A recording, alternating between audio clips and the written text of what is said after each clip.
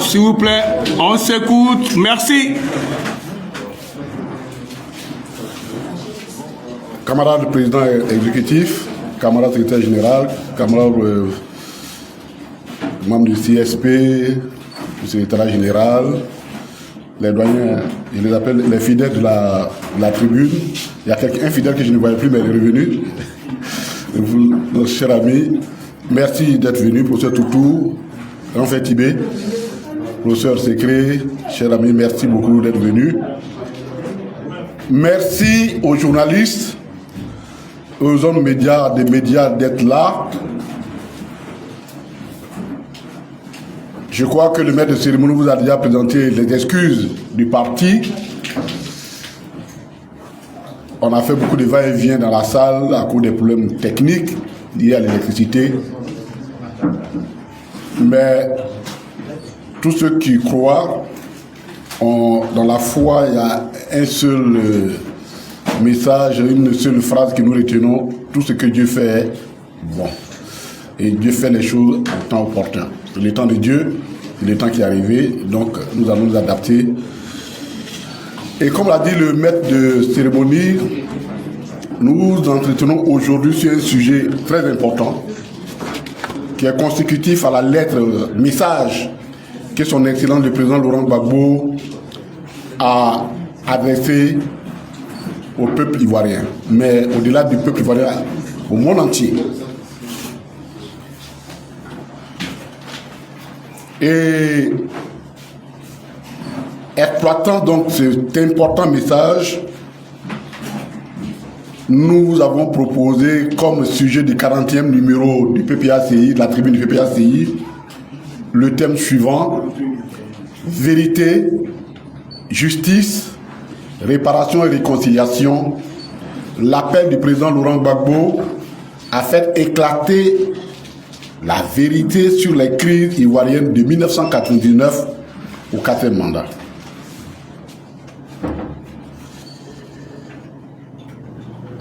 Je voudrais, au nom du PPACI, saluer la présence des journalistes et on leur a déjà exprimé nos regrets pour tout ce qui a pu se passer.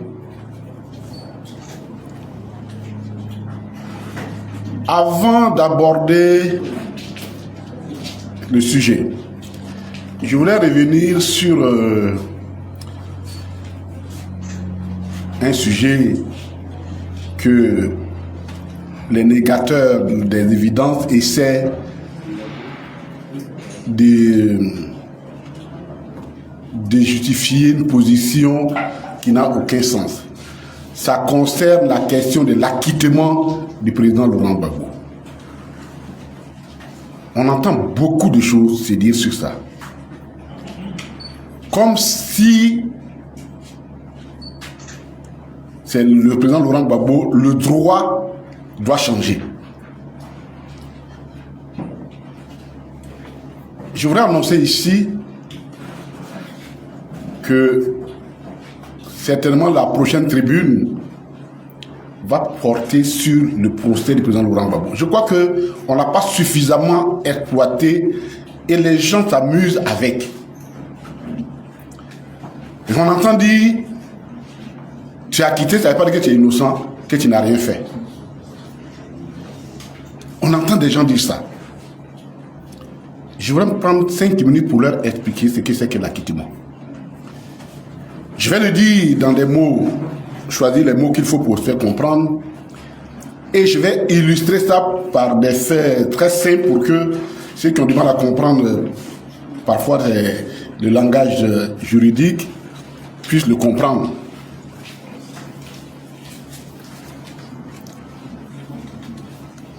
Il y a deux notions qui sont voisines en matière de procédure pénale: l'acquittement et la relaxe. La relaxe, elle est prononcée par les tribunaux correctionnels, c'est-à-dire pour les délits, pour ce qu'on appelle pour les délits. L'acquittement est prononcé par les tribunaux criminels, les cours criminels, pour ce qu'on qualifie de crime. Les deux notions produisent les mêmes effets. C'est-à-dire quand on est acquitté, on quitte le statut de simple présomption d'innocence au statut d'innocent définitif. Je voudrais expliquer pour que les gens comprennent. Lorsqu'on vous arrête pour une infraction, un fait criminel ou délictuel,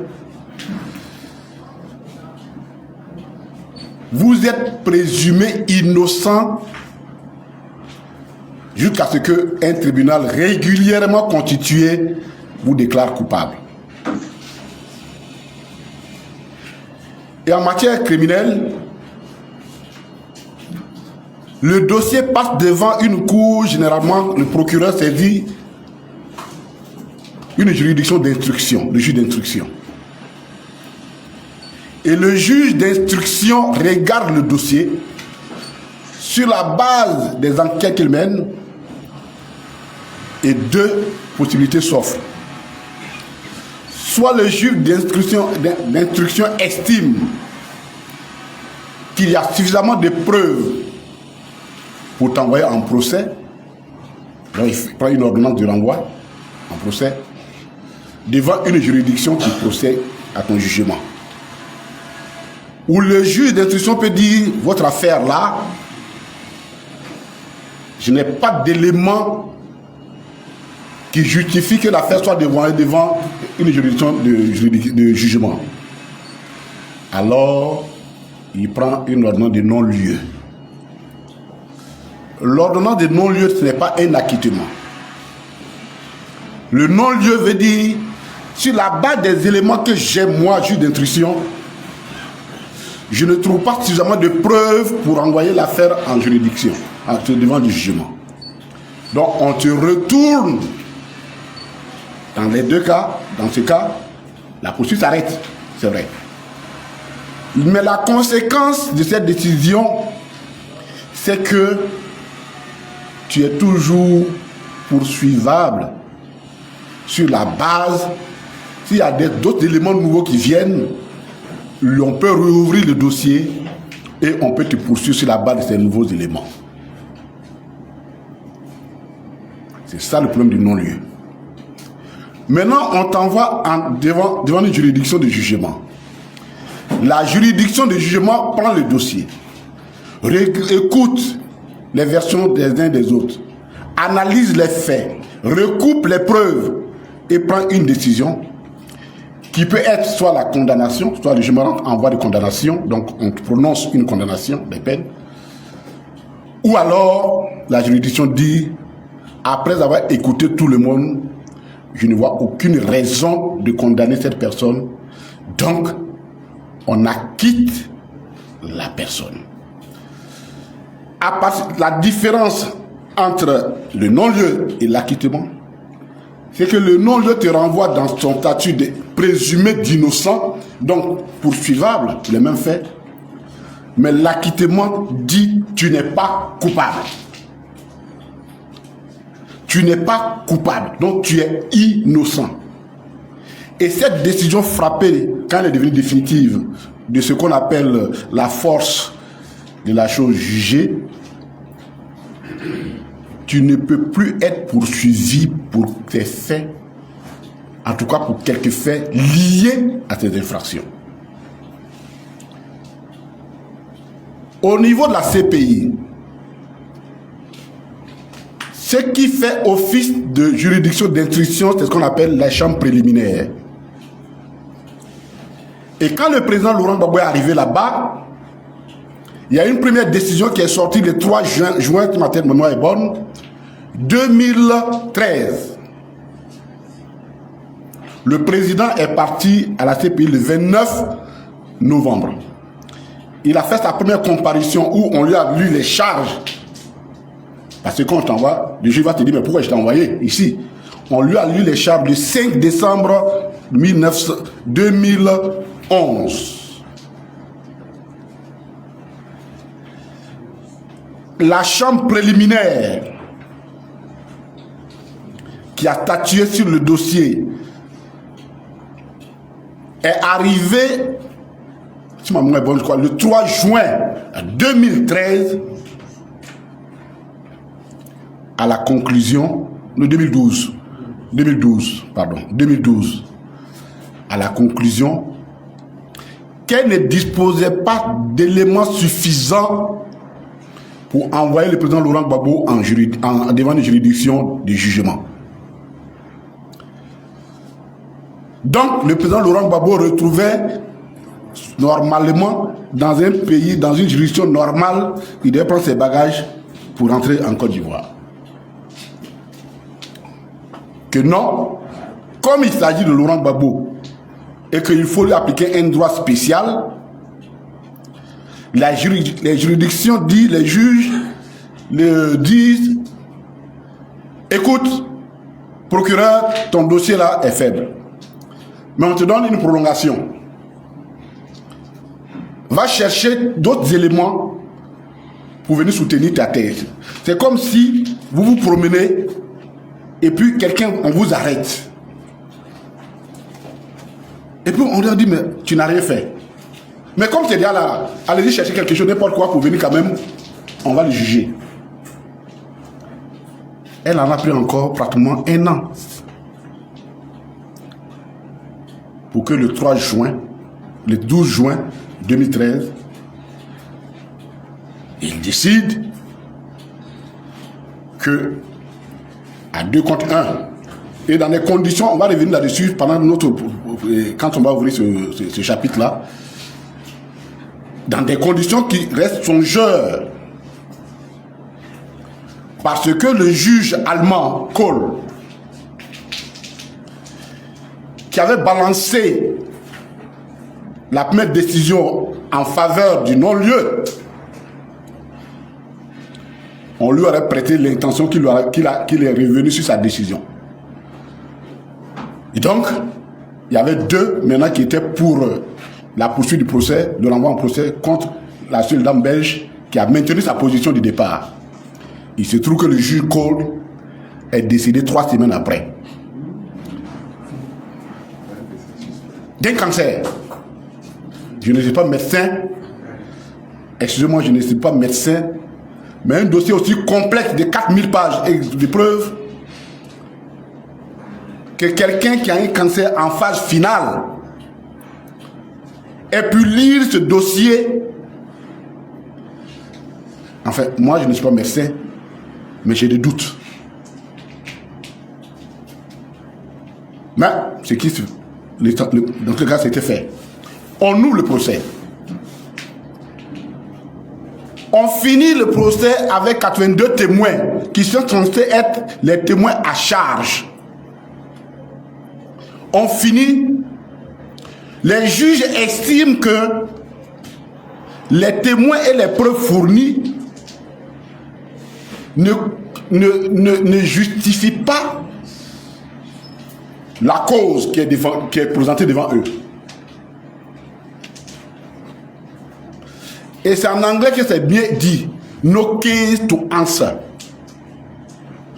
C'est-à-dire, moi le juge, tu ne m'as pas présenté un cas qui mérite une réponse de celui qui est poursuivi. C'est simple. C'est comme si tu me dis, Doyen Tibé m'accuse que j'ai volé. Bon, comme c'est du manioc chez lui. Du manioc. Bon, on va chez le juge dit, mais ouais, ton champ de manioc est où? Il se trouve que M. Tibé n'a même pas un seul pied de manioc. Il n'a jamais eu un pied de manioc. Mais le juge va dire, mais enfin, laisse le monsieur partir. Parce que, pourquoi veux-tu qu'il envoie un témoin pour venir justifier d'un fait que toi-même, tu n'as pas de champ de manioc?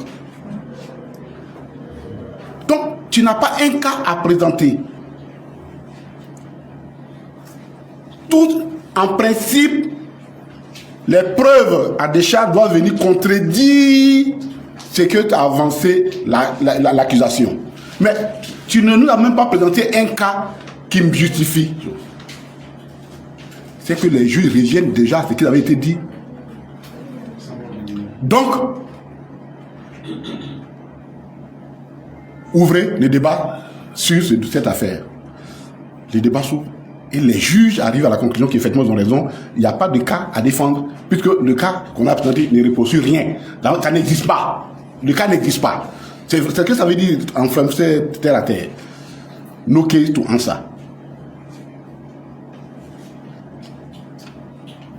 Et là, le débat va s'ouvrir. Donc, ils acquittent le président et Charles Blé Goudé. Ils sont acquittés. C'est-à-dire qu'ils sont innocentés. C'est là le procureur de la CPI va faire appel pour dire non. Il faut peut-être dire qu'ils sont... comment on l'appelle? Il faut prononcer un non-lieu.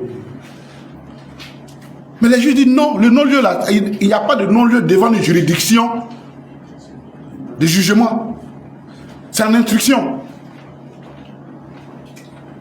Mais pourquoi elle se battait pour ça? Alors qu'elle avait refusé le non-lieu, elle se bat pour que les juges prononcent un non-lieu après le jugement. Parce qu'elle voulait toujours maintenir le président Laurent Gbagbo sous l'effet de la présomption, sous l'effet d'une éventuelle poursuite. Et donc, le président a été acquitté. C'est-à-dire, pour les faits, les charges qu'on avait mis sur lui, génocide, viol, crime contre l'humanité, tout ces mots, parce que, crime de guerre, parce que dans la réalité, il y a la qualification, et on prend des faits pour illustrer la qualification. C'est-à-dire, je dis, il a fait ça, ça ce sont la qualification des faits. Maintenant, quels sont les faits qui me permettent de dire? Il y avait l'histoire de la marche du 16 décembre, il y avait la marche des femmes du 8, il y avait l'histoire du marché Siaka, et puis un événement qui a eu lieu à Yopougon après l'arrestation du président. Ce n'était que des éléments pour illustrer la charge. Mais c'est pas ça, c'est pas pour ça. Ce ne sont que des éléments pour illustrer ce pourquoi on le poursuit. Mais quand tu dis, par exemple, et je vais finir par là, pour ne pas aller plus loin, que devant un juge, que le président Gbagbo a fait un génocide, donc il visait, le génocide, c'est pour que tu as visé des personnes bien précises, un groupe de personnes bien précises, soit pour ses origines ethniques, ou religieuses, ou politiques. Je simplifie ça. Et que tu dis qu'on a envoyé une bombe et allait exploser sur le marché Siaka Kone à Bobo. Mais il faut que tu prouves que ce marché-là, il n'est fréquenté que seulement par les personnes qui étaient visées. Mais en Côte d'Ivoire, c'est quel marché qui est visé par un seul groupe? Donc, ton narratif et puis l'objectif poursuivi, non, ça ne tient pas. Ça ne tient pas. Voilà comment le président est acquitté. Et comme les Ivoiriens aiment bien l'humour, j'ai lu quelque part, et je vais finir par là pour ceux qui n'ont pas bien compris.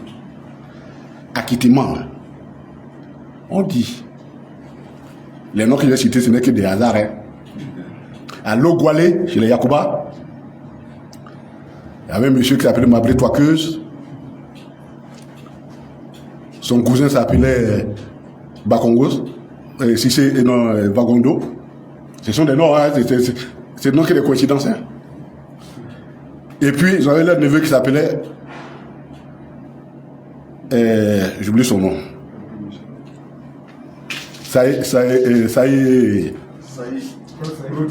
Claude Saï. Ce ne sont que les noms des choses. Et les Yacouba, il y a un Yacouba qui est accusé d'avoir volé des grenouilles et du manioc. On envoie l'affaire à Mans pour le juger à Mans.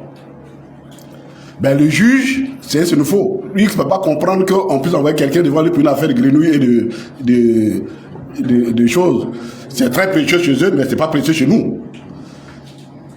Et donc, les gars, ils jugent. Et il dit non, je relaxe le monsieur. Allez, les gars, comment ils ne sont pas contents parce que c'est très précieux chez eux. Ils font appel de l'affaire à moi. Mais quand on a relaxé, on a appelé son parent, Magbou Toakeuse, qui ne parle pas bien le français, et c'est Vagondo qui est son interprète, pour lui dire, ah, on a fini, hein, c'est fini, il va rentrer. Le procureur, c'est un ouais. Lui, il connaît ce que ça veut dire, l'histoire de grenouilles et de manioc. Il fait appel, l'affaire à Daloa. Et il maintient les Yacouba sur le show. Entre Claude Sailly avait déjà appelé son peuple Wagondo pour dire ah, il a été libéré, hein, il arrive. Le soir, on l'a maintenu encore. Ils ne comprennent pas. Mais on dit que c'est fini, puis c'est quoi cette affaire? Et quand l'affaire est arrivée à un appel, le juge, c'est un gros, s'appelle Toby. Lui aussi, il ne comprend pas qu'on puisse emmerder les gens avec ce soit des grenouilles et de manioc. Et il déclare, il dit non, l'affaire est définitivement close, il jette l'appel. On appelle donc, Claude appelle Wagondo pour dire à Mabry que on a dit. Mais le vieux dit à son il dit, mais la dernière fois on nous a dit qu'on l'a libéré et puis il est resté. Est-ce qu'il a quitté Man? Mais comme je dis, c'est comme Claude Sailly ne parle pas bien, lui parle le français, mais Wagondo ne parle pas bien le français. Wagondo traduit ce que Mabry a dit pour demander à Claude Sailly, est-ce que le petit là, il a quitté moi? Il dit, mais a quitté moi? Il dit oui, on est sur le carrefour de Danané pour aller à chose. Il dit ça moi. Il dit si ça a quitté moi, c'est que c'est fini. Donc le mot a quitté moi là, c'est là ça vient, a quitté moi. C'est fini, c'est définitif. Pour que au moins ceux qui ne comprennent pas ça, j'ai essayé de prendre caricaturer pour rester un peu dans nos traditions africaines ivoiriennes, des alliances, pour caricaturer, pour amener les choses de façon simple, pour que chacun comprenne. Quand on a acquitté quelqu'un, il est innocent pour de bon. Le président Laurent Gbagbo est innocent. Et alors, ça me permet d'aborder maintenant le sujet. Qui est coupable?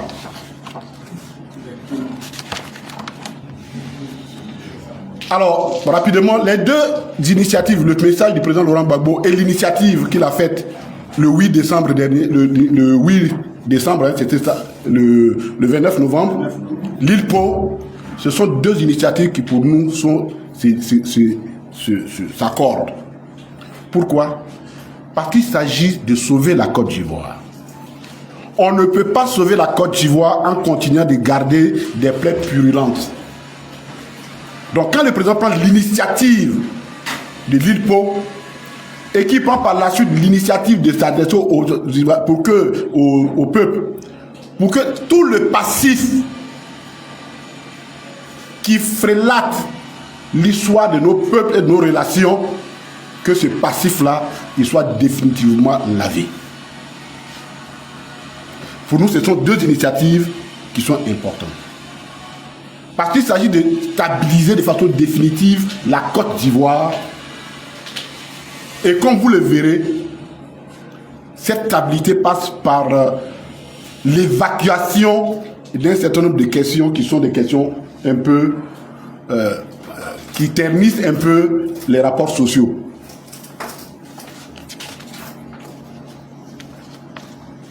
Et du message du président Laurent Gbagbo, nous avons retenu trois choses, trois axes autour desquels nous allons élaborer, nous allons structurer notre intervention. Le premier axe, c'est le rappel des faits de 1999 jusqu'au 4e mandat. Ce sont des faits qui conduisent à un sentiment d'injustice. Deuxième point, donc un sentiment d'injustice qu'il faut évacuer de la Côte d'Ivoire afin d'établir une réconciliation définitive pour les générations à venir. Troisième axe, rappel des faits. On commence par le 24 décembre 1999. Nous avons appelé ça le point de rupture. Le 24 décembre 1999, au moment où nous apprêtons à faire les Noëls, on nous apprend que des militaires sont fâchés et qu'ils font une mutinerie pour se plaindre du fait qu'on leur a pas payé les primes de mission en RCA, République centrafricaine. Dans cette affaire, finalement, de mutinerie, ça se transforme au renversement du pouvoir d'Henri Konan Bédié et du PDCI. Un pouvoir qui gérait depuis pratiquement 1946, pour dire les choses telles qu'elles sont. Mais, parce que c'est depuis 1946 que le président Foué est devant, le PDCI est devant la scène politique jusqu'à 1993. À ce jour, seuls les militaires qui ont mené son coup, c'est eux seuls qui portent l'entière responsabilité parce que, en dehors d'eux, personne n'a jamais dit qui est derrière ce coup d'État. Et je pense que le PDCI et Bédié par son âme, ils ont besoin qu'on sache définitivement qui a fait quoi dans cette affaire. C'est d'autant plus important que ça a été le point de rupture et qui a entraîné une série de crises jusqu'à ce que nous vivons aujourd'hui. Et comme il n'y a pas eu d'enquête, il n'y a jamais... Donc, tout le monde se perd en conjecture. Chacun dit, c'est pas moi. Mais quand on regarde le contexte dans lequel ce coup d'État a eu lieu, il faut bien le rappeler, il y avait la question de l'ivoirité qui était présentée comme étant un élément qui détruisait la société. Et ça, à ce moment précis, le 24 décembre, il y avait les cadres du RDR qui avaient été tous arrêtés. Quelques-uns étaient arrêtés et puis les autres sont allés se joindre à eux. Et ça avait crispé l'atmosphère. Je m'en tiens qu'au fait. On se souvient d'ailleurs de la bataille que le président Laurent Gbagbo, même quand on ne lui reconnaît pas ça, a essayé de mener pour obtenir que, ne serait-ce que on élargisse ces personnes-là pour qu'elles puissent faire la Noël ensemble. Et je peux le dire, je suis en connaissance de cause, parce que le ministre de l'Intérieur, de la Sécurité, en son temps, c'était mon parent, et il m'a fait cette confidence. Combien de fois le président, le ministre, père son âme, Dibona, ancien préfet, a dit comment le président Gbagbo s'est démêlé auprès de lui pour négocier, pour qu'il intervienne auprès de Bédié pour libérer les cas de RDR qui avaient été arrêtés en 1999. Ça, c'est une confidence que le ministre Dibona m'a faite. Et donc,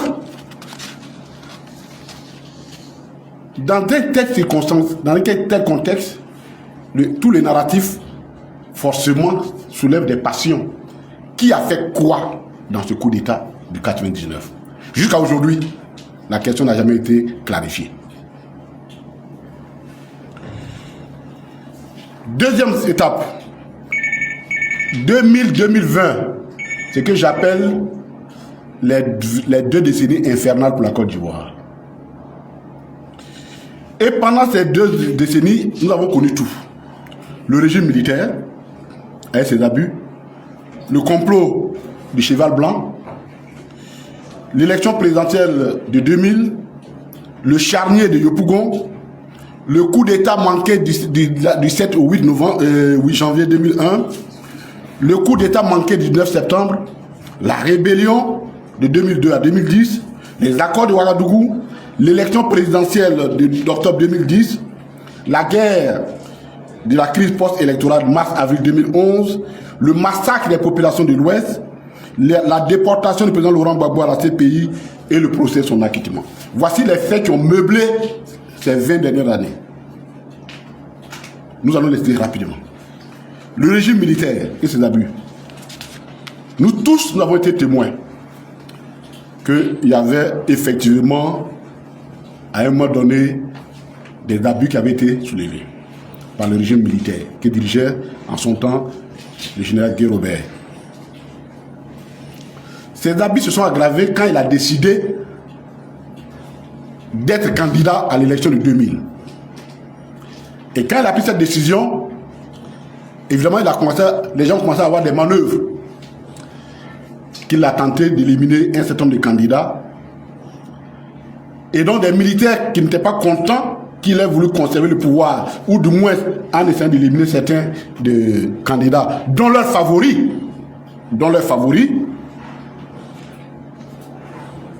Et c'est là où la focalisation sur la Constitution 2000, sur le fameux et où. Et finalement, on arrive à une situation difficile, et cette situation difficile arrive à ce qu'on appelle le complot du cheval blanc. Écoutez bien la chronologie. Nous, pour mener cette réforme, on n'a même pas voulu prendre des positions de notre parti. Parce que citer notre parti, les gens vont dire on est partisans. Pour tous les faits, les documents que nous allons donner comme éléments de preuve, ce sont des coupures de presse ou des communiqués. Et ce n'étaient pas des presses qui sont, à ce moment, ce n'étaient pas des presses amies à nous. Le Monde, le Libé, Echo et autres. C'est eux que nous allons citer. Pour rester, pour garder le caractère neutre et de notre position. Afin que les gens ne nous prêtent pas d'intention de vouloir occulter la vérité. Le 17 septembre 2000, décidément le mois de septembre, il faudra bien qu'on réfléchisse encore du voir s'il ne faut pas le sauter, quoi.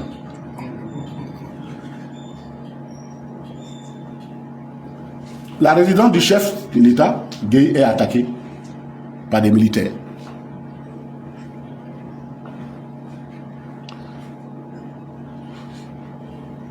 Cette attaque fait officiellement quand même 6 morts. 2 militaires loyaux à Gueye et 4 assaillants, comme ils les avaient appelés. Dans cette affaire, le cheval blanc du général Gueye est retrouvé égorgé. C'est pourquoi on donne le nom. Et d'ailleurs, les Ivoiriens, ils ont oublié les hommes qu'on a tués. C'est le cheval égorgé là qui a resté le nom sur le complot du cheval blanc. Et les instigateurs de ce complot sont arrêtés. Ceux qu'on se trouve comme tels. Sur le site du journal français Libération, du 30 novembre 2000, écrit à 7h19, il est écrit: le capitaine Sako et une trentaine de complices sont arrêtés dans les heures qui suivent. Tous sont originaires du Nord musulman. C'est le journal qui écrit. Comme l'ancien premier ministre Ouattara, alors bête noire du régime. Aujourd'hui, Issa Sako et ses compagnons de fortune ont décidé de porter plainte pour torture et sont bien décidés à mettre en cause le général Gueye. Cette plainte n'a jamais prospéré, donc du coup, on ne sait pas finalement la vérité sur cette affaire. La seule chose qu'on sait, c'est que ceux qu'on a arrêtés sont tous des personnes qui disent qu'ils sont musulmans et du Nord. C'est ce que le journal a dit. Écoutez très bien le narratif.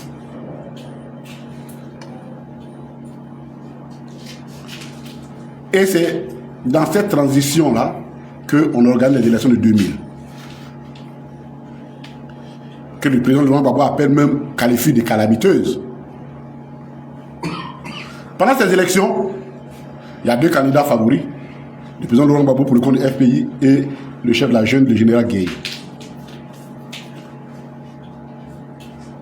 Les jeunes donnent vainqueur au président Laurent Gbagbo. Et le chef de la junte, appuyé par les militaires, décide de défier le vote des populaires. Il s'ensuit donc une bagarre. Et on arrête le président de la CE, on appelle la Commission nationale électorale. Le père que c'était dedans, je l'appelais tellement qu'il m'a, la une des fois, il m'a insulté. C'est lui qui représentait le parti à la CNE. Et puis finalement, il y a une bagarre qui est rangée entre la population, au-delà des militants de notre parti, et les militaires. Au moment où l'affaire semble être finie, il y a une autre crise qui soulève, cette fois-ci entre les militants du RDR, qui disent qu'ils ne reconnaissent pas l'élection. Une élection à laquelle leur leader n'avait pas participé. Il y a une bagarre.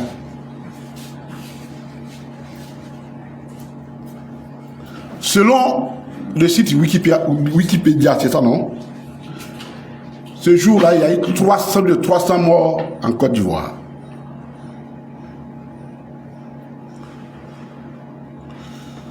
Dans le journal Les Échos de France, français, du 30 octobre 2000, écrit à 1h01, l'on peut lire ceci. Écoutez bien.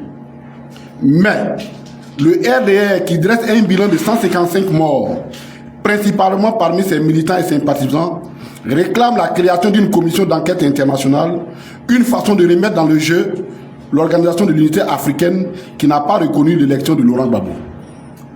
C'est-à-dire il dit qu'eux ont 150 personnes qui sont tuées dedans. C'est pour tout ça que le président Laurent Gbagbo qualifie ces élections de calamiteuses. Alors qu'il avait à peine fini de prêter serment, et qu'il a même avant reçu les deux leaders de l'opposition significative en son temps, le PDCI présenté par Laurent Gbagbo Folgo et le RDR représenté par la chef de l'État, le président Ouattara, et que nous disions, bon, écoute, je pense que s'ils sont par là pour discuter de leur entrée au gouvernement, qui était un engagement que tous avaient pris à Yamoussoukro devant les présidents Eyadema et Kérékou. Le président ne fait que mettre en application la parole qu'ils avaient donnée. Alors qu'on pensait que tout était fini et que ça allait abaisser le lendemain, on nous parle du charnier qu'on aurait découvert à la lisière de Yopougon. Un charnier qui comprenait 57 morts. Voici ce qui écrit le journal Écho que j'ai précité. Selon un survivant, les victimes sont des nordistes, partisans du RDR, et leurs assaillants ont été épaulés par la gendarmerie, premier corps de l'armée à se rallier dès mercredi à Laurent Gbagbo. C'est-à-dire les 57 corps, sans même qu'on les identifie, il y a un qui a reconnu que lui, il reconnaît à partir du corps l'ethnie, l'origine et la religion des corps.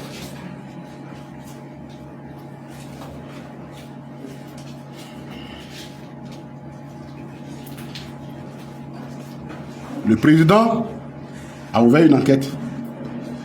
Les gendarmes ont été cités. Ils sont comparés devant le tribunal et le tribunal les a déclarés non coupables parce que personne n'a prouvé leur implication dans cette affaire.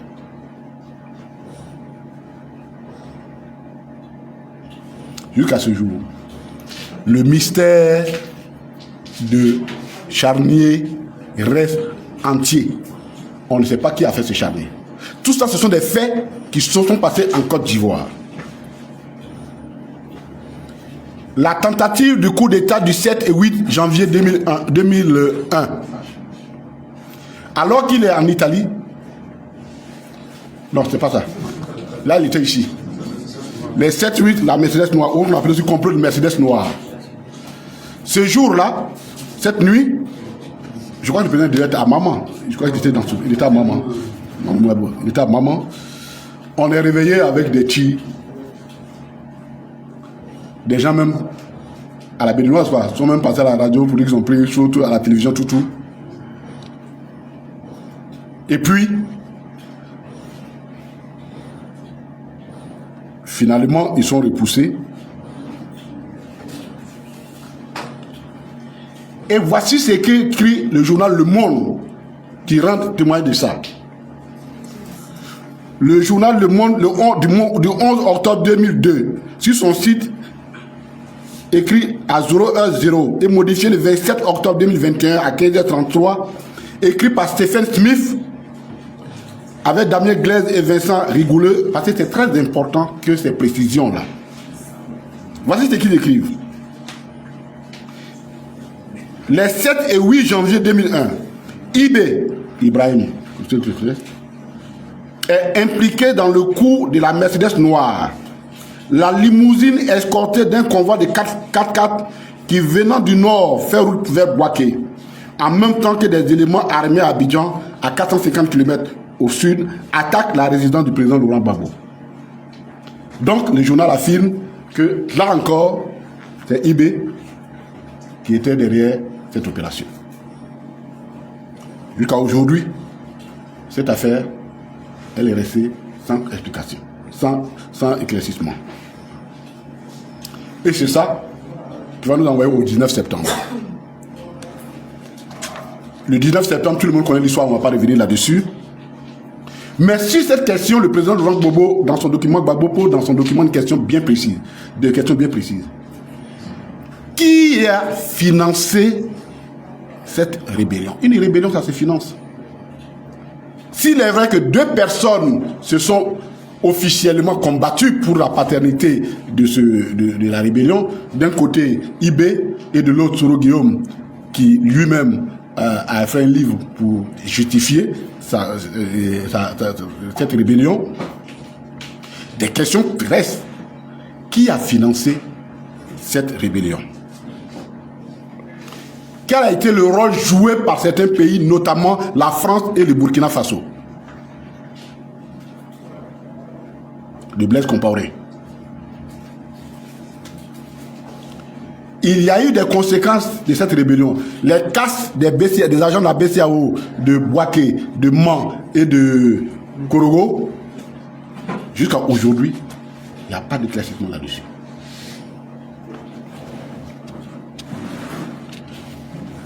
Et cette rébellion, le coup d'État à la tête c'est mieux en rébellion. Et le président Laurent Gbagbo, là on arrive au niveau des accords de Ouagadougou, fatigué de courir de sommet en sommet, prend deux décisions fondamentales que lui-même il rappelle dedans, dans le courrier qu'il a adressé. Appuyé par le président Thabo Mbeki, il décide deux choses. Et je le cite. Permettre à Alassane Ouattara de se présenter comme candidat à la prochaine élection présidentielle et engager un dialogue direct avec le chef de la rébellion, Soro Guillaume, pour mettre fin à la guerre. Lettre à la nation du président Laurent Gbagbo du 8 décembre 2025, page 2. L'accord de Ouaga est signé le 4 mars. Et il permet une certaine accalmie où le président peut même faire une tournée dans le nord. Malheureusement, malgré tous ces sacrifices qu'il fait, la seule obligation qui pesait sur les rebelles, c'était leur désarmement. Au lieu de l'aider à obtenir ce désarmement, comme lui-même l'a dit, c'est plutôt la pression qui est mise sur le président Laurent Gbagbo d'organiser des élections dans ces conditions-là. Aujourd'hui, les gens essaient même d'utiliser ça contre le président Laurent Gbagbo en sortant du contexte dans lequel ça s'est passé, comme si c'était de gaieté de cœur qu'il avait essayé de faire, alors qu'on a mis la pression sur lui, une pression énorme, à la fois en interne par les partis politiques aujourd'hui qui veulent tirer profit de ça, que de l'Union européenne, de la France et de l'ONU.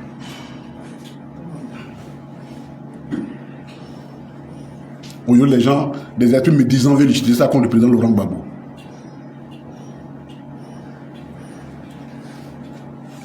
On oblige à faire une élection sans désarmement.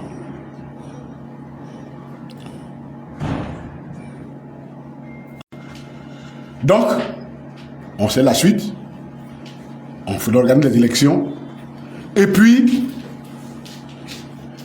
un contentionnel dont le règlement est prévu par les mécanismes internes. Le contentieux est porté devant le Conseil constitutionnel qui tranche en faveur du président Laurent Gbagbo. Comme ça se fait dans tous les pays. Quand on n'est pas content, on va devant un juge. Et le président du Conseil constitutionnel siège, donne raison au président Laurent Gbagbo. On pensait que l'affaire close, quand, et je cite encore le président Laurent Gbagbo, alors que le débat semblait clos, quand Alassane Ouattara, son ami Nicolas Sarkozy, président français et le représentant de l'ONU, mirent en cause les résultats proclamés par le Conseil constitutionnel et décidèrent qu'Alassane Ouattara était le vrai vainqueur. Laurent Gbagbo, lettre à la nation le 8 décembre 2025, page 3. Malgré son appel au recomptage des voix pour régler ce contentieux, c'est plutôt la guerre qu'on lui offre. La guerre post-électorale du 2011 et ses nombreuses séquelles. Selon le rapport Bani, il y a eu 3248 morts. Le rapport Bani allait plus loin, mais je parle de la période concernée. 3248 morts. Je dis le rapport. Et ce chiffre se compose, selon la commission de Bani, de 1069 morts attribués au camp Gbagbo, 727 morts attribués au camp Ouattara et 1069 morts non attribués. C'est-à-dire, on ne sait pas qui les a tués. Bon, je crois que si vous réfléchissez bien, vous êtes pas, il ne fallait pas trop contrebalancer les chiffres. Bon, lui, on ne sait pas qui les a tués. Pour la même période, l'ONUCI pourtant avait dit n'avoir enregistré que 462 morts. Jusqu'à aujourd'hui, aucune enquête judiciaire n'a été menée pour établir, ne serait que de façon irréfutable, la liste des personnes qui ont été tuées et établir, situer les responsabilités. Jamais. Il n'y a pas d'enquête. Et c'est dans ça qu'il y a le massacre des Oué. Dans un communiqué rendu public le 9 avril 2011, l'ONG Human Rights Watch, l'on peut dire, les forces loyales au président élu Ouattara ont tué des centaines de civils et violé plus de 20 femmes et filles perçues comme appartenant au camp de son rival, Laurent Gbagbo. C'est pas moi qui l'ai dit, hein. C'est pas le père qui le dit, c'est pas le secrétaire général de notre parti qui le dit. Je suis en train de lire un rapport de Human Rights Watch. Et incendié au moins 10 villages dans l'ouest de la Côte d'Ivoire. Site de Human Rights Watch du 9 avril 2011, publié à 8h57 minutes. Et que nous avons consulté le 10 décembre 2025 à 14h16. Quand vous faites un document, c'est des choses, il faut les préciser pour ne pas qu'on vous prête des choses, qu'on vous prête des choses. Un article du journal Le Monde intitulé Adjokwe, le choc d'un massacre de grande ampleur en Côte d'Ivoire, publié le 7 avril 2011 à 19h11 et modifié le 8 avril 2011 à 11h47, rend public un extrait d'un communiqué du Comité international de la Croix-Rouge, CICR, qui écrit que au moins 800 personnes auraient été tuées le 29 mars lors de la violence intercommunautaire dans le quartier Carrefour de la ville de Djokwe. C'est le CICR qui l'écrit, ce n'est pas nous qui le disons.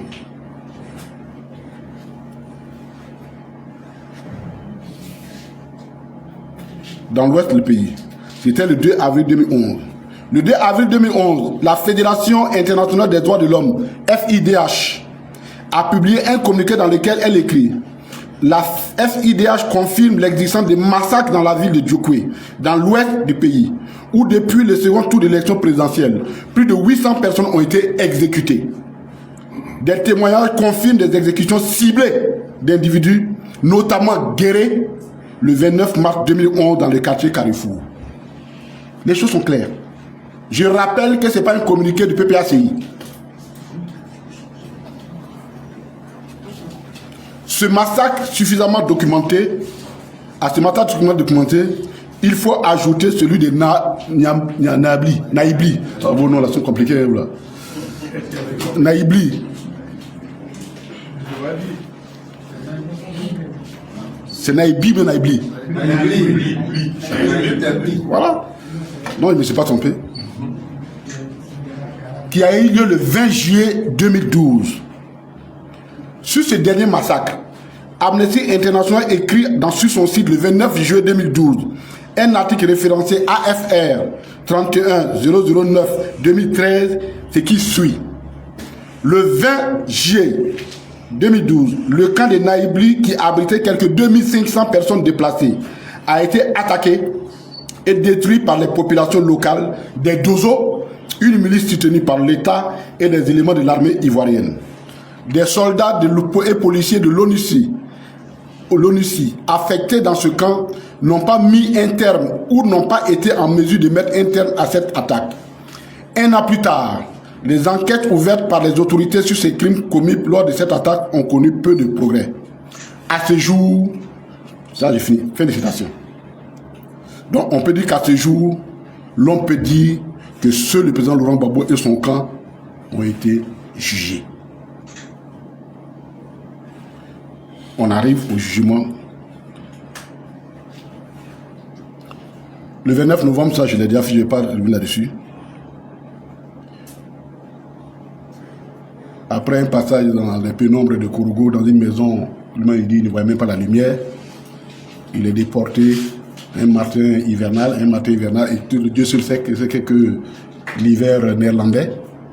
avait une petite chemise comme s'il allait à maman et qui était pratiquement 33 degrés pour aller à moins 5 degrés, moins 3 degrés. Ce monsieur-là, c'est un survivant. Pour ne pas dire c'est un revenant. Et donc, lui, il arrive là-bas le 29. Et par la suite, il est rejoint par Blé Goudé.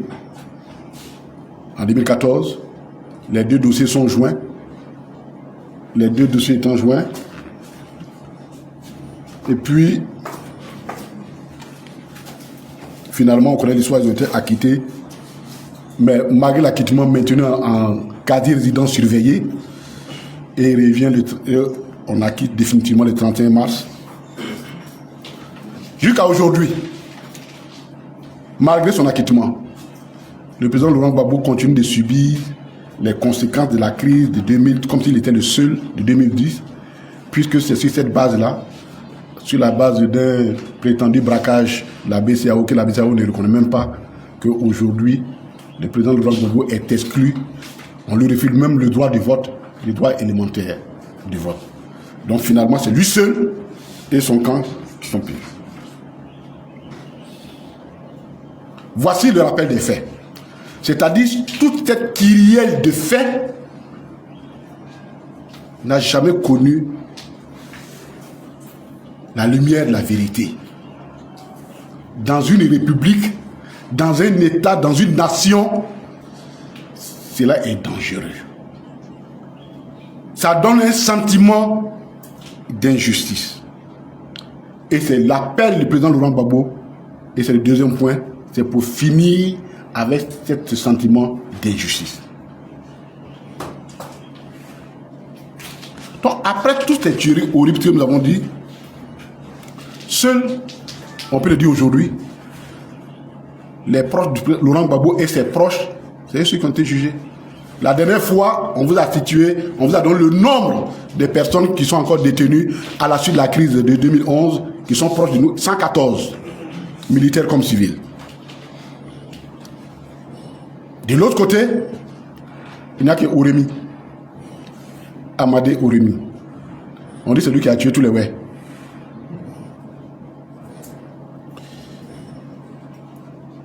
Et le tribunal correctionnel, le tribunal criminel l'a condamné à perpétuité, je ne sais même pas s'il vit encore, à perpétuité, et l'a reconnu coupable des faits de crimes contre les populations, pillage, séquestration, meurtre, etc. commis dans la ville de Djokwe. Ils ont tout fait pour ne pas prononcer le mot génocide. Et je vous explique. Parce qu'un génocide, c'est un complot. Le génocide suppose un plan. Donc si même l'avocat, son avocat, Maître Seriba, avait demandé qu'on qualifie les faits de génocide, ils n'ont pas. C'est-à-dire qu'ils ont pris tous les éléments constitutifs du génocide, mais ils n'ont pas prononcé le mot génocide. Parce qu'en prononçant le mot génocide, c'est comme si tu reconnaissais qu'il y avait... Ça se prépare. Donc c'est là, c'est un complot. Il y a une organisation qui est mise en place. Forcément, ça va ouvrir d'autres choses. Donc c'est le seul pour le moment qui a été condamné. Et lui-même, il dit, et ce sont les propos que je prends, ce sont les propos tenus par, rapportés par à l'AFP le 16 avril 2021, qui dit, Oremi qui parle, je n'avais pas de fusil, je n'étais pas seul. Moi, en 2011, je n'avais pas de fusil, je n'étais pas seul. Il affirme avoir été sous la responsabilité des chefs militaires qui commandaient dans l'ouest de cette région. Ce sont ces propos qui ont été rapportés par l'AFP.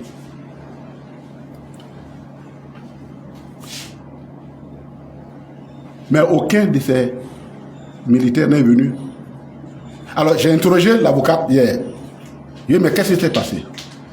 Parce qu'elle a cité ces personnes-là pour qu'elles viennent à la barre, en tant que témoins. Alors il semble que le procureur en son temps, je parle de celui actuel, le procureur en son temps, a dit qu'il a tout fait, mais n'a pas pu faire venir ces personnes à la barre pour témoigner. Et c'est le procureur qui demande à elle de l'aider à les faire venir. Avec toutes les forces, le procureur dit, moi je ne peux pas, mais comme toi qui as demandé, débrouille-toi, il faut nous aider, on va les faire venir. Donc ils n'ont jamais comparu. Ce sont les propos de choses.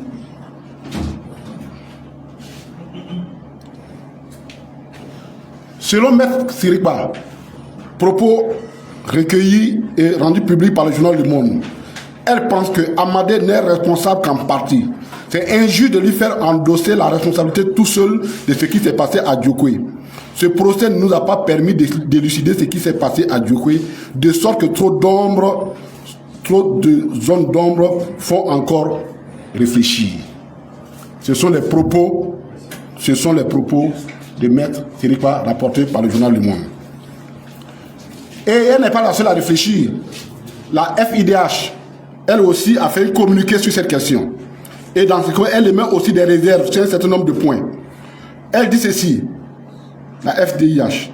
Toutes les autres procédures judiciaires dans lesquelles nos organisations représentaient plus de 200 victimes et des dizaines d'auteurs présumés de crimes de droit international, parmi lesquels des hauts responsables militaires avaient été formellement mis en cause et inculpés. Ces dossiers ont été clôturés, laissant les victimes sans recours. C'est FIDH qui écrit. On ne parle même pas des crimes de la rébellion. Ça, c'est blackout total dessus. Donc, le président soulève des questions fondamentales quand il soulève cette question-là.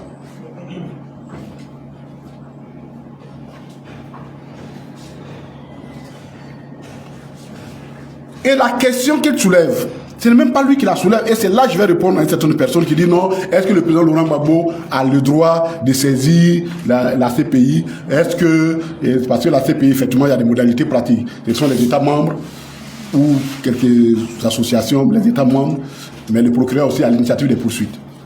Mais le président Laurent Gbagbo, il n'a pas envoyé une affaire au tribunal, à la CPI. Déjà, la chambre préliminaire, lorsqu'elle autorisait le procureur à ouvrir une enquête sur la situation en Côte d'Ivoire, avait instruit le procureur de lui fournir également toutes les informations dont il disposerait concernant la rébellion. C'est dans la décision qui a été prise par la chambre préliminaire qui autorisait Ocampo à ouvrir un procès ici, une enquête. Donc, déjà, la CPI avait déjà mentionné ça.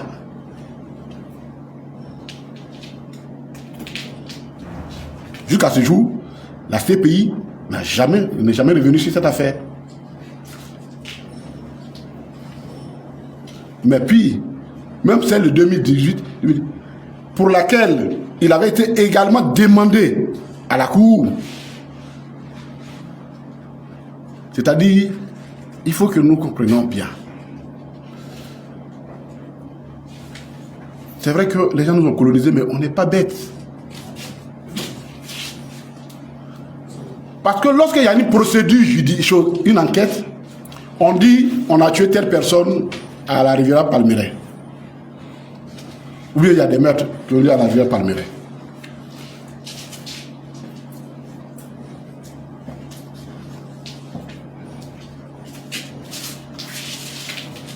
À la Palmeraie.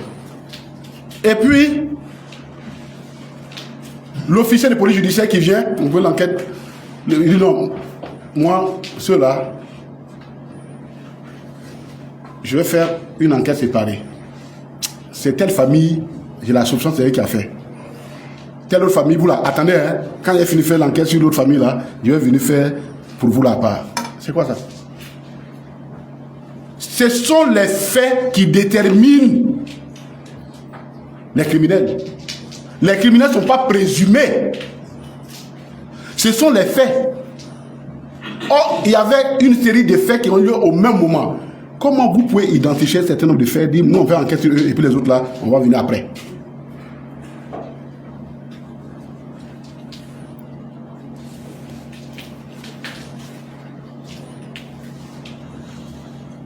Donc, le président Laurent Gbagbo il n'a pas créé, il n'a fait que rappeler les responsabilités, l'engagement pris par la CPI. Il n'a pas porté plainte. Je dis qu'il n'a pas porté. Il a fait que dire à la CPI ce que vous devez faire. Et il n'est pas seul. Il n'est pas seul.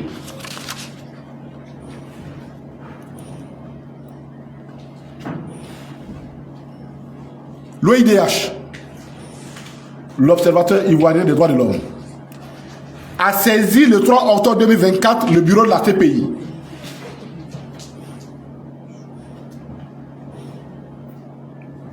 Pour le relancer sur la situation de la Côte d'Ivoire. Voici ce qu'écrit le bureau de du procureur le 20 novembre 2024, la réponse comme réponse. Je tiens à vous assurer que nos enquêtes sur les crimes relevant la compétence de la Cour qui auraient été commis en Côte d'Ivoire entre 2010 et 2011 se poursuivent. La récente annonce du greffe de fermer le bureau des terrains à l'horizon 2025 n'impacte pas la poursuite de nos opérations dans la situation en Côte d'Ivoire. Notre bureau est sensible aux attentes de justice et de vérité des victimes de la crise post-électorale et du peuple ivoirien et à l'intérêt du public des progrès dans nos investigations. C'est le bureau du procureur qui répond à l'OIDH qui l'a saisi. Donc, le président Gbagbo n'a fait demander qu'à son avocat de dire à la CPI que l'engagement que vous avez pris là, il faut aller vite, il faut le réaliser. Pourquoi? Parce que moi, président Laurent Gbagbo, lorsque j'allais m'enrôler en 2022, devant le monde entier, j'ai dit ceci, qu'il y a 3 personnes, mes 2 aînés, le président Bédié et le président Ouattara et moi, nous avons le devoir historique de laisser à la Côte d'Ivoire aux générations futures un pays pacifié.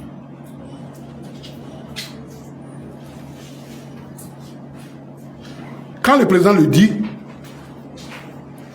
il ne le dit pas seulement parce que ces 3 personnes ont occupé les hautes fonctions, c'est vrai, les plus hautes fonctions de l'État, mais c'est parce qu'elles sont tous des acteurs importants de cette période-là. Le président Ouattara dit à son 4e serment qu'il va faire, ce sera le mandat de la transition générationnelle. Bon, moi, je n'étais pas là pour 2025, parce que j'ai écouté là ce que j'ai dit maintenant. Le président Gbagbo ne fait que le rappeler. Pour dire on ne peut pas laisser à des générations un pays où il y a une partie de la population qui a le sentiment d'être exclue, de ne pas faire partie de la nation, et que on peut faire de tout ce qu'on veut, il n'y aura pas de poursuite judiciaire. Ce n'est pas juste, ce n'est pas ce que nous voulons. Affrontons, ayons le courage d'affronter les fantômes de notre passé. Ne laissons pas les fantômes de notre passé nous effrayer.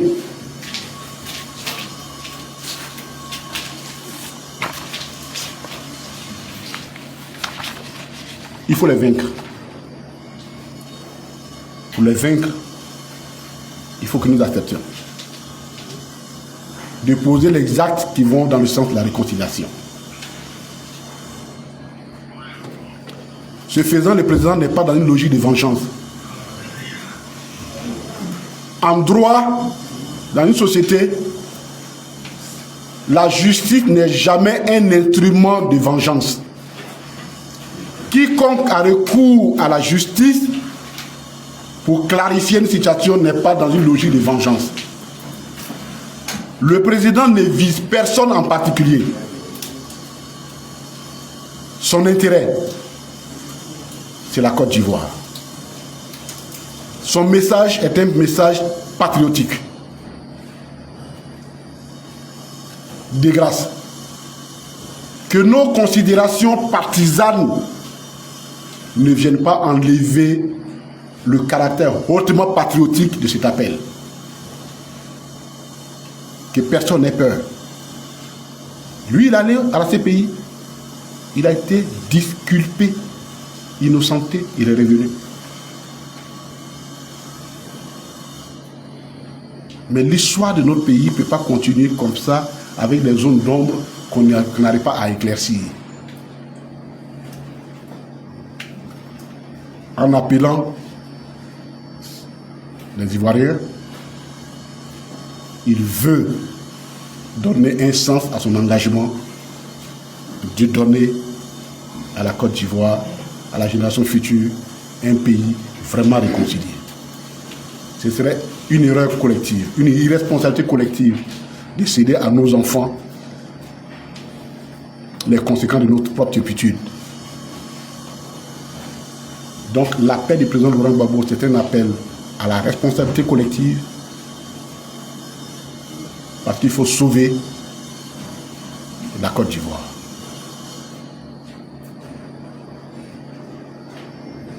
Il faut restaurer la Côte d'Ivoire.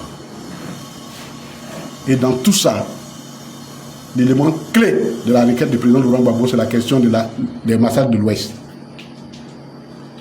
Une telle situation, c'est une plaie purulente qui ne peut pas rester sur le front de la République et de la nation. Tôt ou tard, si ça ne s'est pas évacué, ça ressurgira. Et généralement, je vais finir par là, l'histoire montre très souvent qu'il y a des crises qui naissent à des périodes lointaines, sans que l'on ne sache l'épicentre de ces crises-là, l'épicentre historique de ces crises. Et ces crises-là, généralement, elles ont lieu au moment où même les acteurs ne sont plus présents. Et le monde se tourne, mais pourquoi les gens sont arrivés là? Je vous en prie, lisez le rapport du procès de Isegui sur le Rwanda. Vous comprendrez pourquoi il ne faut pas s'amuser avec ce genre de choses, parce que les rancœurs se transmettent de génération en génération. Et lorsque la chaîne des rancœurs ne s'arrête pas, vous êtes en train de préparer une mine explosive pour les générations à venir. Que Dieu nous sauve. Que Dieu sauve la Côte d'Ivoire. Pour une fois encore, le président Laurent Gbagbo nous montre le chemin. Il ne vise personne. Il a mis une Côte d'Ivoire totalement réconciliée. Que Dieu nous bénisse. Je vous remercie.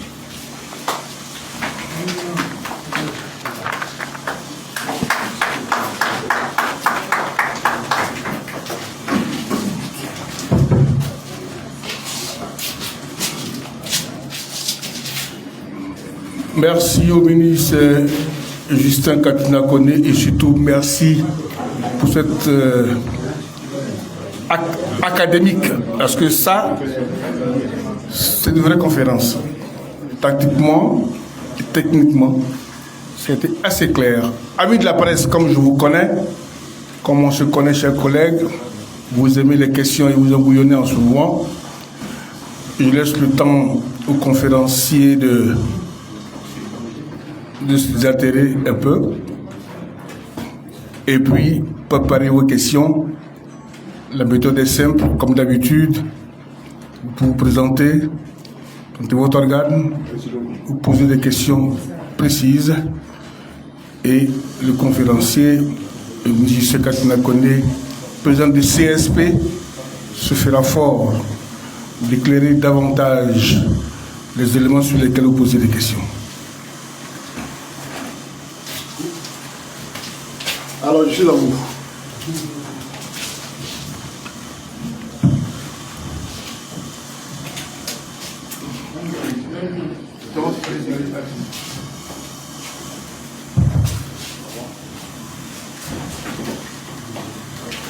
Monsieur le ministre.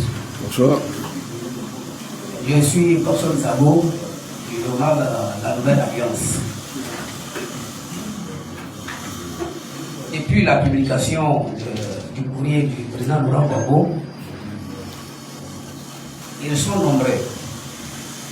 Ceux de l'autre côté, c'est de qui il s'agit,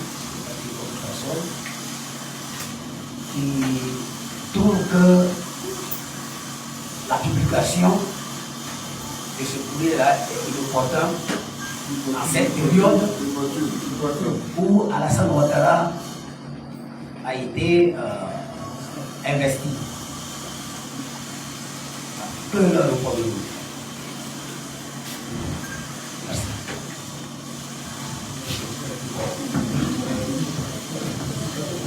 Ok. Merci. Je suis Ferdinand Bali du quotidien Le Temps. Je voudrais savoir, que répondez-vous à ceux qui affirment que revenir sur les crises passées pourrait diviser davantage le pays? Deuxièmement, le PPC envisage-t-il des initiatives internationales pour soutenir cette démarche?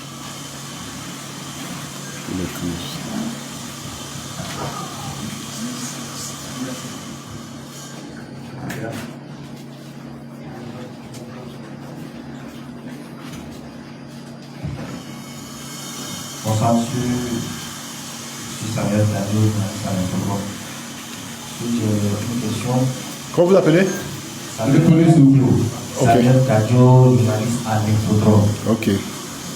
Alors, je veux faire une réclame aujourd'hui la vérité sur la rébellion. Alors que Guillaume Soro, chef politique de cette rébellion, est désormais membre du Front commun. Comment conciliez-vous la demande de vérité totale sur la rébellion avec une alliance politique avec celui qui en fut le principal leader? Est-ce à dire que vous n'êtes plus sur la même longueur d'onde?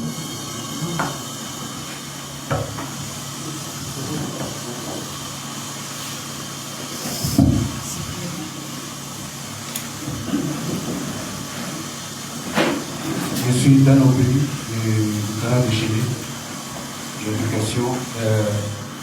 Quelqu'un m'a répondu à la suite de la lettre du président Gbagbo que le président Gbagbo avait amnistié les ex-rebelles. Et puis aujourd'hui, il demande encore qu'un procès soit ouvert, que la CPI ouvre le dossier sur la rébellion. Est-ce que c'est cohérent? Deuxième question, qui a intérêt à ce qu'on ne sache pas la vérité sur toutes les crises que vous venez de citer? Qui a intérêt à ce qu'on ne sache pas la vérité sur le coup d'État de 1999? Qui a intérêt à ce qu'on ne sache pas la vérité sur la rébellion? Et puis les autres crises qui y sont liées. Merci.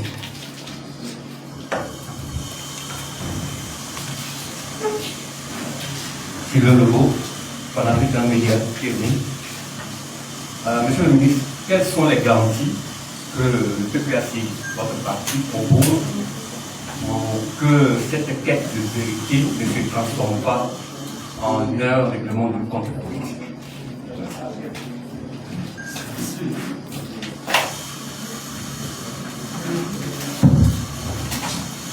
Bonsoir, monsieur le ministre. Ah, voilà, il y a des femmes qui vont parler. Oui. Voilà, merci beaucoup. Je suis Déborah Goré de l'agence de presse Alerte Info. Ok. La première question va aller un peu dans le sens de l'intervention, la question du premier intervenant. Pourquoi une publication, on va dire, pourquoi une lettre maintenant? Et surtout le jour de l'investiture du président Alassane Ouattara. Ça, c'est la première question. La deuxième question, c'est quelles pourraient être les conséquences si cet appel du président Laurent Gbagbo reste sans réponse? Si elle reste sans réponse, quoi? Ok, on y va pour la réponse du ministre. Ok. Alors, la nouvelle alliance, vous rejoignez, en même temps je réponds à la dernière intervenante sur l'opportunité. Écoutez, sur ces questions, nous sommes maîtres de notre calendrier. Le président est maître de son calendrier. Au moins, reconnaissons-lui ce droit-là d'abord.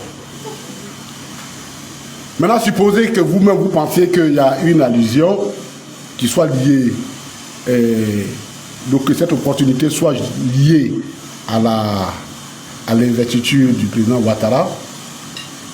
Alors je lui réponds que dans ces conditions-là, le président était très bien inspiré. Parce que c'est lui qui est le chef de l'État.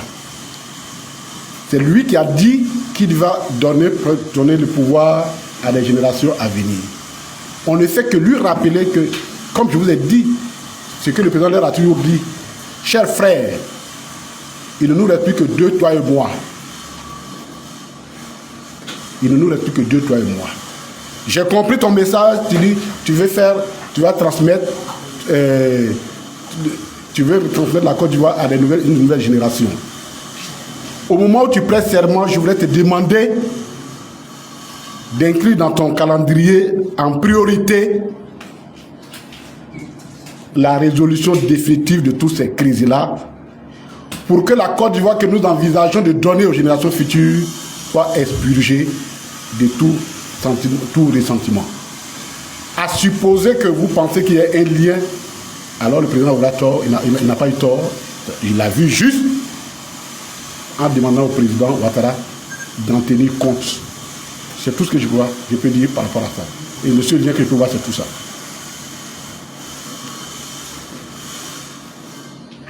Alors, que revenir, ça c'est Ferdinand qui dit, revenir sur les crises, envenimer la situation, ainsi de suite, les crises passées. C'est justement l'erreur. Tout à l'heure, je vous ai parlé des fantômes, nos fantômes. Le problème, ce n'est pas du tout revenir sur la crise. Je rappelle que dans un État, dans une république, en tout cas, ceux qui ont réfléchi l'État depuis les Grecs jusqu'aux Romains, et que nous continuons aujourd'hui, le pouvoir qui est censé unir, c'est le pouvoir judiciaire. C'est pourquoi nous avons toujours dit que les magistrats ont une responsabilité énorme. Parce que nous, la politique, elle est fondamentalement conflictuelle. Il n'est même pas mauvais. La dynamique, l'idéal de la politique, c'est le conflit permanent. Mais le conflit doit rester dans le cadre fixé par le pouvoir législatif qui fait les lois pour dire faites vos batailles, mais voici la loi qu'on doit respecter. Et on a confié à un pouvoir pour dire veille à ce que nous avons dit là. Quand nous nous frappons là, que ce qu'on a décidé de respecter, la soit respecté, c'est le pouvoir judiciaire. De sorte que lorsque ce pouvoir-là se fragilise, lorsqu'il faillit, c'est toute l'ossature, toute la structure de l'État, de la République qui s'effondre.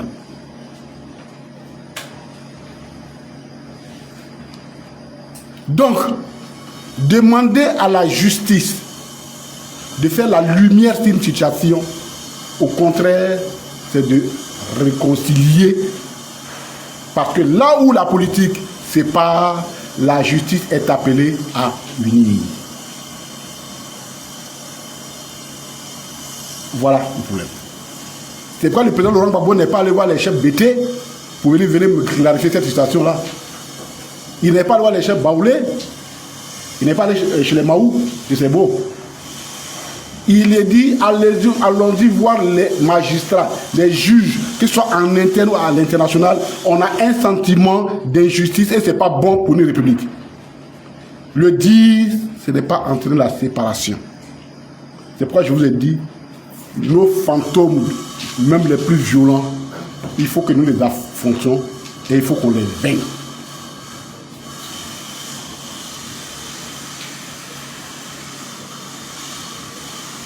Est-ce qu'il y a des initiatives de soutien internationaux à cette initiative? Je crois que le soutien le plus important, c'est la CPI.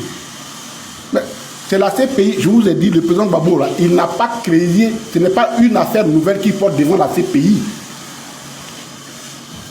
Il dit à la CPI, vous nous m'avez dit dans cette affaire, et je rappelle qu'ici, là, à la CPI, il y a un dossier qu'on appelle Côte d'Ivoire 2.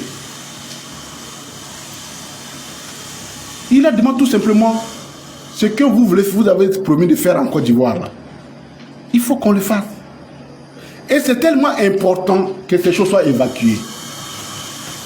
Parce que non seulement ça réconcilie les Ivoiriens entre eux, mais certaines puissances aujourd'hui, et je le dis très souvent à des amis français, je dis, voyez-vous, même si la France aujourd'hui officielle refuse, elle fait d'ignorer l'impact de son rôle dans la crise ivoirienne, dans la perception que l'Afrique a d'elle,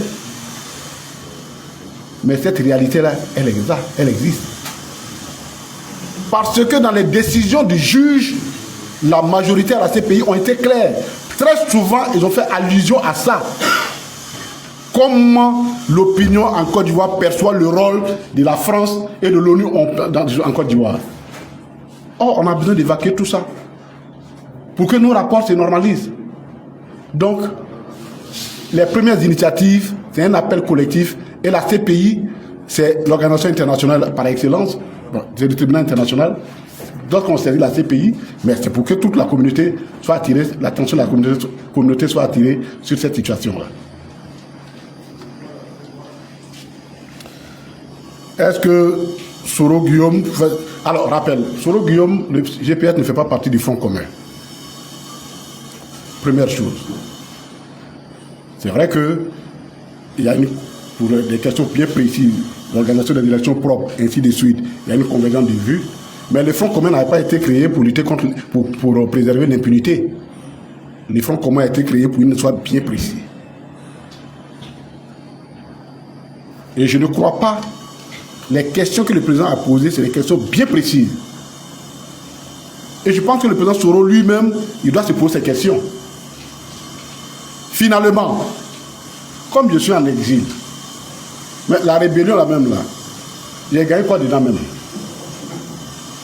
Si je n'ai rien gagné, mais qui est le bénéficiaire? Et donc, qui a financé la rébellion? Je pense que lui aussi, les questions que le président Laurent Gbagbo a posées l'intéressent. Les réponses l'intéressent aussi. Donc il n'est pas visé, c'est pas lui qui est visé. Puis de toute façon, lui-même, il a déjà publiquement revendiqué être chef de la rébellion. Donc, il n'y a rien à cacher sur lui. Mais c'est tous ceux qui sont derrière, parce que quand même le président toujours le dit, il dit quand même Soro il venait de quitter l'université. Ah, même si on dit.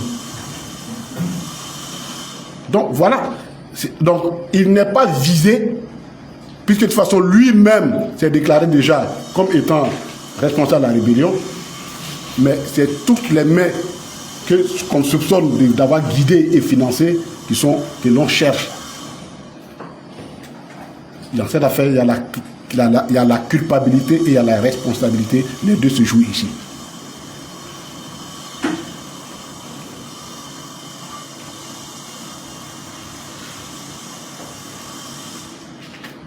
Les faits de 2000, le massacre des Oué, là, ça n'a jamais été amnistié. Hein? Et je rappelle que les crimes contre l'humanité qui relèvent de la compétence de la CPI sont imprescriptibles et aucune amnistie ne les couvre. Parce qu'on estime que ce sont des crimes dont la portée ne se limite pas seulement à un pays. Donc un pays ne peut pas décider d'effacer des crimes dont la portée s'étend au-delà du pays. C'est ça le crime contre l'humanité. Donc, sur ce point-là, je suis désolé, l'amnistie ne fait pas opposition à la requête du président de l'Assemblée. Dans tous les cas de figure, il appartient à la CPI de décider ce qui a lieu de poursuivre ou pas, si l'amnistie tient. Mais je rappelle, je vous ai donné la lettre de réponse qui a été faite par la CPI à l'OIDH. Vous voyez le contenu.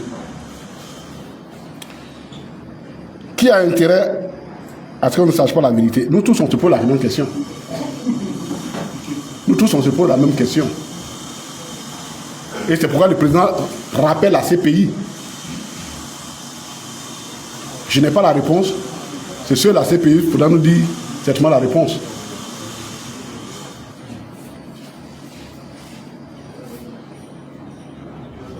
Quelle garantie que Ça, c'est Sylvain qui dit ça.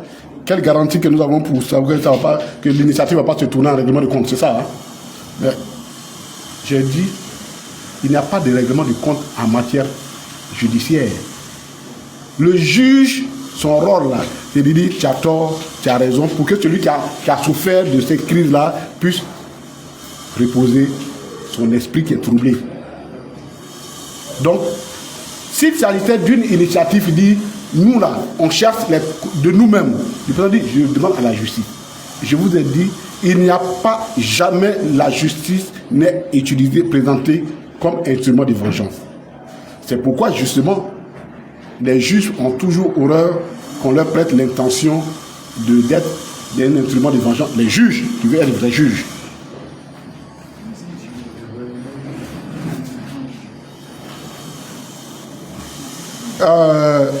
Madame, je crois que je vous ai répondu déjà à la première question, qui rejoint celle de Dagor, c'est ça? Il reste la dernière question de savoir quelles pourraient être les conséquences au cas où... Madame, voyez-vous, c'est pourquoi nous demandons que cette question ne soit pas traitée sous l'angle purement avec un regard partisan. Si nous continuons de poser cette question avec un regard partisan, nous allons laisser percevoir la portée historique de cette démarche-là. Il n'y a aucune raison que demander à la CPI qui a ouvert un dossier de lui dire d'aller plus vite et de mener ses enquêtes jusqu'au bout. Donc il n'y a même pas de... Je vois même en quoi cela pourrait ne pas des choses aboutir. Mais au cas où vous pensez que ça n'aboutirait pas, il faut retenir quelque chose. Les hommes d'État, un homme d'État, il ne gère pas, ou un homme politique, pas forcément d'État, mais un homme politique, que notre action ne soit jamais une action circonscrite dans l'immédiat. Parce qu'en politique, tout ce que nous faisons aujourd'hui, il y a des conséquences énormes sur le long terme. C'est pourquoi quand nous faisons tout ce que nous faisons aujourd'hui, il faut voir quelles sont les conséquences sur le long terme. La conséquence de cette négligence, depuis 1999, c'est ça qui nous conduit à là. Où des gens pensent qu'ils peuvent faire qui les coups d'État, qui la rébellion, qui tuer, qui voler, et puis il n'y a rien.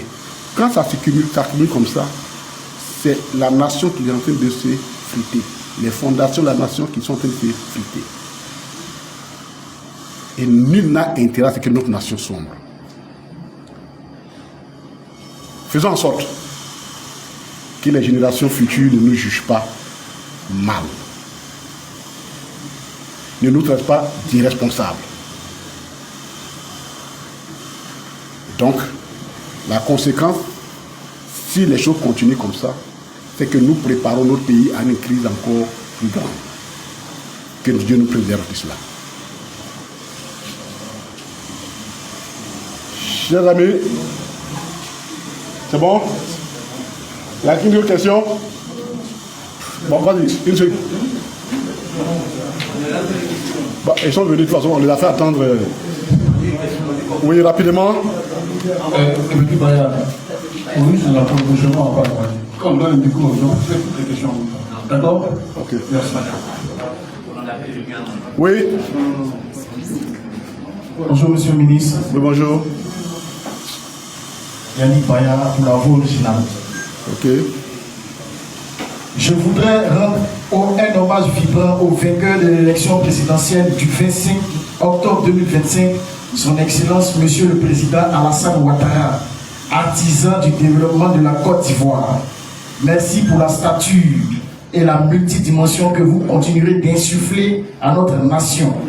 Dans ce élan constant qui vous caractérise, vous, symbole vivant de l'ambition collective du peuple ivoirien. Le Conseil constitutionnel vous salue avec déférence, Monsieur le Président de la République. Vous incarnez le sens élevé du devoir. Vous faites honneur à la Côte d'Ivoire, Monsieur le Président de la République, vous faites partie de ceux qui connaissent la valeur d'un serment, celui de servir votre pays et de le bâtir en une Côte d'Ivoire unie et prospère pour le bonheur du peuple ivoirien dans sa diversité. Les vœux ardents de réussite et de plein succès du Conseil constitutionnel vous accompagnent, Monsieur le Président de la République. Monsieur le ministre, vous l'imaginez bien, cette déclaration ne vient pas de moi. Elle est de la présidente du Conseil constitutionnel. Elle l'a prononcée le lundi 8 décembre 2025 lors de l'investiture de M. Ouattara. L'opinion publique a été choquée par certains mots. Est-ce également le cas pour vous? Merci, Monsieur le Président.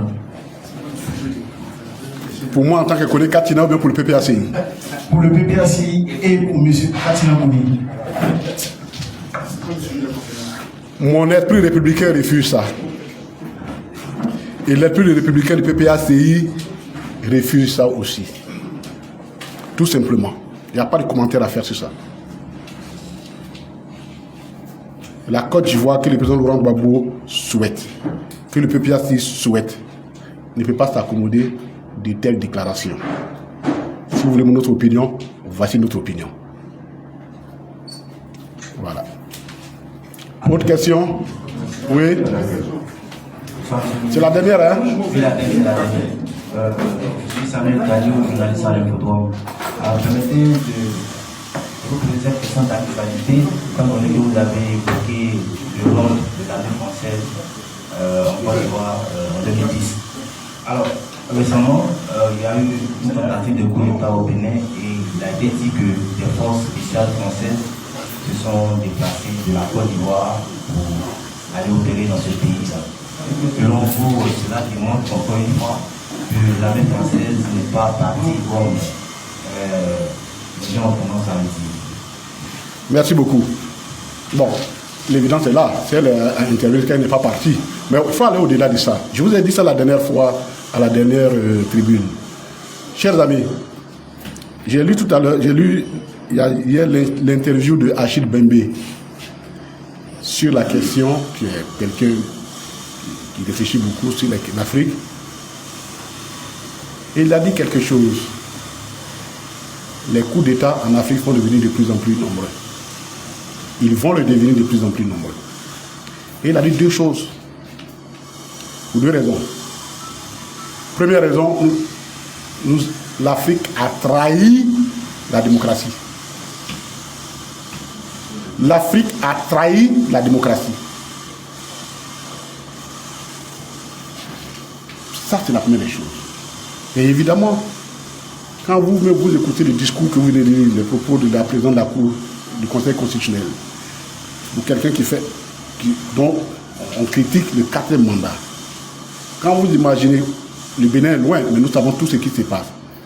Tous ces coups ont toujours quelque chose de bas, c'est l'instrumentalisation des institutions de l'État, et ainsi de suite. Mais je vous ai dit la dernière fois que désormais, les enjeux géostratégiques du monde vont être de sorte que la manière dont les amis viennent ou conservent le pouvoir ne comptera plus. Chers camarades, ceux qui se battent pour les libertés en Afrique, qui se battent pour la souveraineté africaine, il nous faudra retrousser les manches. Oui. Vous pensez que c'est par hasard qu'aujourd'hui la France ne peut pas conclure, arrêter un budget? Ça fait 2 ans dans son pays. Aucune catastrophe n'est tombée en France. C'est le changement des paradigmes en Afrique et ailleurs. Et vous avez écouté des colonels français qui disent, même s'il faut faire la guerre. Lorsque j'étais au Ghana, il y avait l'histoire des gilets jaunes en France. Et des amis avaient écrit, ils étaient heureux de les soutenir. Moi, je les soutenais aussi. Mais j'ai dit, attention, la note ce que réclament les gilets jaunes, la note sera payée par l'Afrique. Et j'ai donné l'image. Dans une clairière, Lorsque les enfants de Lyon crient famine, les biches à côté ne doivent pas applaudir la main, ne doivent pas applaudir. Parce que pour nourrir ces enfants, le lion est obligé d'attaquer les biches. Les enjeux géostratégiques qui se déroulent aujourd'hui, avec la multipolarisation, messieurs les journalistes, chers amis, il faut que nous ayons tous conscients de cela. Ça change tout le paradigme de nos luttes. Oui, la France interviendra partout pour préserver ses intérêts. Oui, les États-Unis interviendront partout pour préserver leurs intérêts. La seule chose que nous nous posons,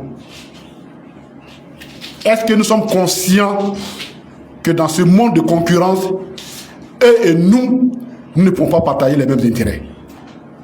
La grande question, c'est à cette question qu'il faut répondre. Et cette question-là, c'est une conscience nationale. Quand vous voyez le président Laurent Gbagbo qui, à son âge, prend encore le combat devant, c'est parce que cette question-là fait partie des solutions qu'il aimerait pouvoir porter à sa nation avant de se retirer de la vie politique. Parce que c'est existentiel. Nous sommes revenus au temps du parti unique, où tout est accepté au nom d'une certaine stabilité qui protège les intérêts des puissants. Alors il faut refouler les manches. La France, ce qu'elle fait, elle le fait dans l'intérêt de son peuple. Elle ne le fait pas pour nous. Ce que les Américains font, c'est dans l'intérêt de leur peuple. Ce n'est pas pour nous. Maintenant, qu'est-ce que nous faisons pour nos propres intérêts à nous? Que faisons nos leaders? La grande question. Et on revient à la problématique initiale. Est-ce que nous voulons être des esclaves pour toujours, ou nous voulons, nous aussi, être considérés comme des membres de cette communauté internationale et des acteurs importants?